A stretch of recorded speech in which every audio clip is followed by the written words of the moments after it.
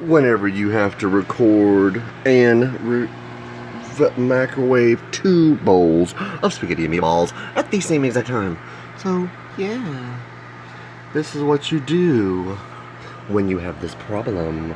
You have to microwave them both like this. One at an angle like that, one regular. And that thing's just spinning in there like fucking crazy, but it's not doing anything because it's not moving them. It's not at all. And I'm over here just drinking my drink. Look at my fucking bed head. Oh my god. Shit, I don't fucking need to brush my hair. Yeah. I'm gonna put y'all over here real quick so you can get a view of what's going on.